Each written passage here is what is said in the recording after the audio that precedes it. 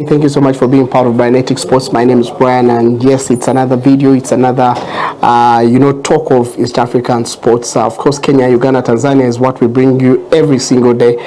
We try to look at the issues that are really happening and what really makes the news on the local scene. And today, of course, the question is really Kenya cast, or it's just something to do with a few things that they need to work out to make themselves better. And of course, beginning, of course, with what happened prior to this talk is Kenya were thrust out of the tournament of Morocco 2025. They were ejected after drawing with Zimbabwe 1-1. That draw really meant that they are not going to be qualifying. Them and Namibia, the two teams that really are not going to be making, as well as the likes of Cameroon and Zimbabwe progressing to the next level. And the questions have been asked, especially with the manager who is really managing this team, Mr. Egin Filat. He's a manager, of course, or the coach that has really been under scrutiny by the local media, as well as all the people that are in charge of this game. They're asking themselves what is really not happening, why are things not happening the way they're supposed to be happening. And of course, he's one person that has come out to really not accept what really comes with the team. He's really finding other reasons other than blaming himself. And one of the few things that he has come out to talk about is the disorganization in the FKF. And of course, we all know that happens, but a lot of stakeholders, a lot of fans are really distancing themselves from him because they think that he's not owning up to his mistakes in there. Of course, he's been appointed for the last 3 years, and he really took in charge of his team after a very difficult town. You remember,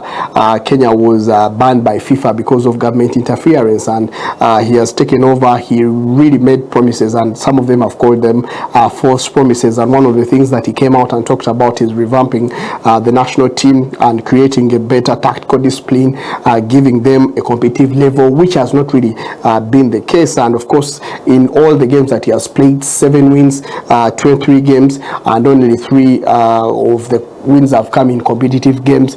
The rest have been international friendlies and all that stuff. So there's also been under the scrutiny of the questionable team selection, and also the lack of tactical coherence, and his handling of players like Austin Odiambo, who is one of Kenya's big prospects in there. They think that he has not managed him very well, especially in terms of gameplay. And of course, it is one of the few things that have happened in there. He's also a gentleman. Of course, we cannot say that he's entirely to blame, especially with the way things are happening. Like I told you, he's inherited a team that has had a lot of challenges with the way things are happening, including the ban that has come in FIFA. And of course, a lot of people, including a gentleman by the name of Jacob Mulele, have come out to iron out their grievances and also their reasons why they think this national team really needs a revamp. And of course, in one of the interviews that has been posted by one of the local TVs, he came out and said that Kenya are not doing the right thing. And one of the few things he highlighted was the grassroots football that needs really to be embarked on. They need to go back to grassroots football. They need to redevelop the game from as early as the age of 3. Players need to be introduced to the game, and that will help them tactically understand the game and also perform to the levels that need to be worked on. And of course, we all know that Kenya is a team that has had very good exploits outside the nations. They've had some of the best talent in the Premier League. In fact, in the East African region, them and Tanzania have had the chance to have players that are played in big leagues like the Premier League. Victor Wanyama being one of them, I think is one of the biggest exploits that Kenya have had. And you all know that he's one gentleman that played for Tottenham Hotspur. He played for Southampton, and he managed really. I remember that cracking goal against, I think, was it Liverpool. It was one of the best that you can ever find. And as a Ugandan, I felt proud. Though of course Kenyans and Ugandans are usually envious about what nations like Kenya achieve. We always have those comparisons of who is better, why are we doing better. But when you see someone score such a goal, a crack of a goal, especially from an East African, then you feel proud to be an East East African, then you feel proud that he might not be entirely your own, but he's your own because we are brothers in this region. They've had the likes of McDonald Maringa, who is also a brother, an elder brother all the way of Victor Wanyama. He is one of the few exploits that we've had that have won the UEFA Champions League from East Africa here. We've not had any. He's been in the Serie A, the Scudetto, he has won it. Coppa Italia, he has won it as well. Denis Oliech, another player that has played in the French League for the likes of Nantes and Auxerre, so he's one player that also has done very good. There's also Michael Lunga. He's definitely one of the most successful Kenyans in the current crop of team that we have, with him of course currently playing all the way in Abdahali, all the way in for the Qataris, and of course he's one gentleman that has also played very well. So Kenya have had very good players that have come through their ranks, but it doesn't really depict the whole general scene of football. They've been marred with a lot of issues, which include of course the likes of issues to do with corruption, embezzlement of funds, and of course it's one of the things that really has affected their game. And of course in 2004 they were suspended from all football related activities for 3 months due to interference by government.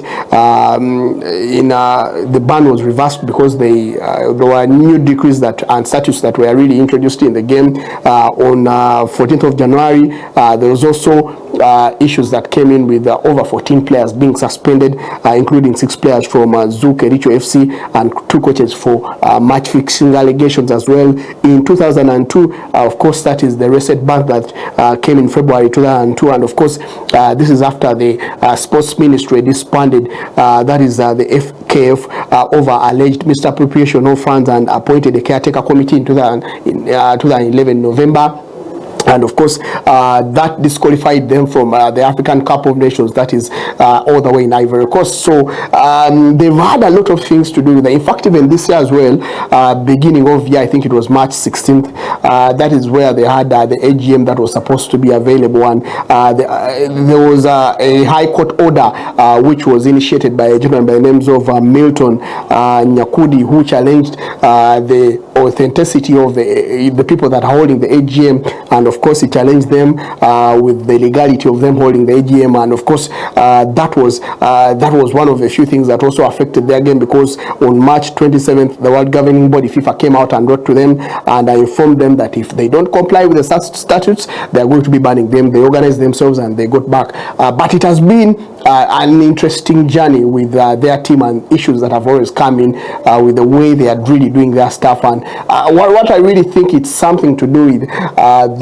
first of all, there is a lot of interest, especially by different people in the federations here. We also have that in Uganda here. A lot of people have different interests in the game, so sometimes it misleads them because you believe that the federation is making a lot of money, especially in the game. Yet sometimes you need to invest a lot in players. For example, the academies. We also have issues in Uganda here where we have private academies. The development of the game is really underlooked, because people create academies to generate money and to make money. If you don't have the money, you don't go to the academies. Then there is this talk of football development in schools, where we have the Coca-Cola and all the other tournaments, where you expect the young talent as well as the skills to be expressed by these young stars to tap that kind of talent. It does not happen anyway, because the people that really are involved in the selection processes, some of them are biased and have issues, and you really find out that the best talent is not really given the time that they're supposed to be getting time. Then at what age are players really introduced to the game? Because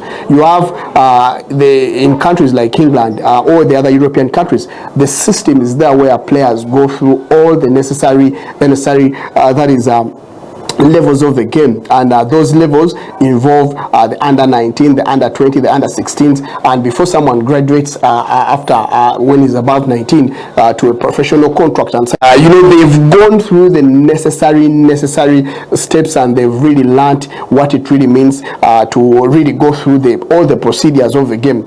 And to me, I think that is where we need to really go as a nation, as a region in East Africa, not only Kenya but even Uganda, Tanzania as well. We need to really go back and understand what really it means to develop this young talent as early as the age of 3 or 4. These players get the professional kind of setup. They understand why they are playing football. They go through all those small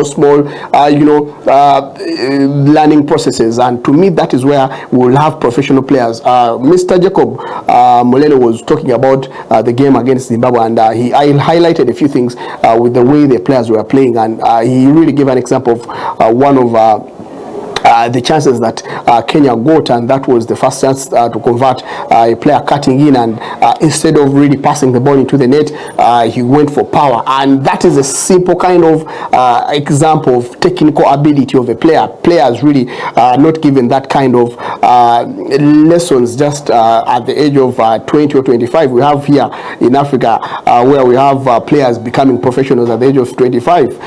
That to me is already old for you. So you need players getting introduced to those kind of technical bit, and he gave a difference between them and Zimbabwe, where Zimbabwe got their first chance and converted it very precisely.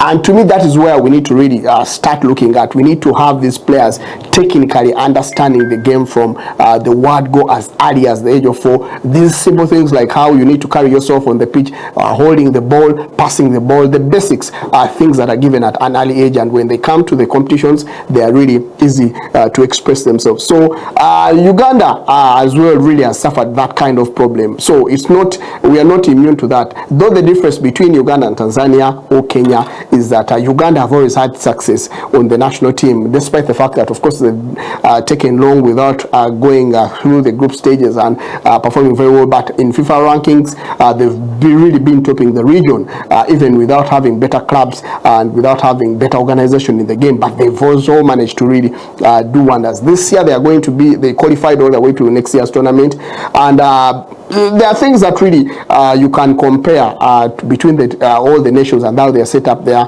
football. In Kenya, I think tribal grounds were a basis of formulation of some of the clubs as early as I think it was 1969, when of course they saw that it was becoming a problem, and the Ministry of Cooperatives and Social Services announced that in the near future all football teams with tribal names would be excluded from FA sanctioned games. So they managed to really try to tell them that the decision was supposed to be inviting the commercial sides, government departments, as well as armed forces to compete in all these tournaments. And of course it was not something that was made entirely on tribalism, to stamp out tribalism, but it was also to inject interest of the game by different sectors around there. And of course the teams that were targeted so much were the likes of the Abaluya, the Goma here, as well as the Ramongi, that then had tribal names as well as were based on tribal organizations. But of course that did not work exactly. There was a lot of rejection, there was a lot of questions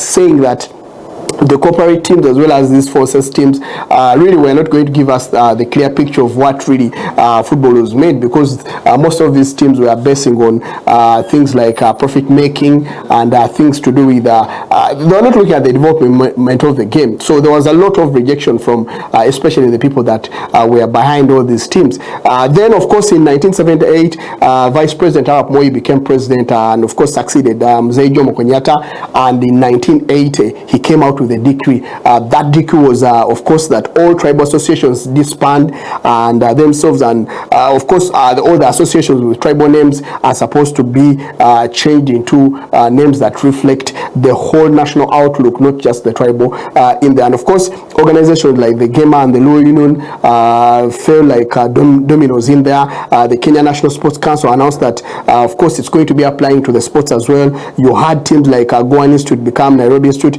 Sikh Union becomes Simba Union, Magore FC becoming Imara FC, Ramogi FC becoming Lake Warriors, Luo United becoming Reunion FC. Of course Goma here there, for them I think then they were the champions for the local league as well as the Eastern Central Africa there, the one that is called Sekafa, they were champions. So they had a leeway and they argued their case and they came out and said that we are not on based on tribal grounds. They even managed to formulate the name in another way. But the issue was this, of course, affected the Abaliwa Football Club. Now it's called the FC Leopards in there. But of course, one of the things that I can say, it is one of the things that have really helped the game of Kenya to transit from the tribal grounds all the way in there. And of course, the success that comes with the AFC Leopards and the likes of Goma here that have won so many years this tournament or in the local league. And of course, the other thing I can say is that that really has not affected games in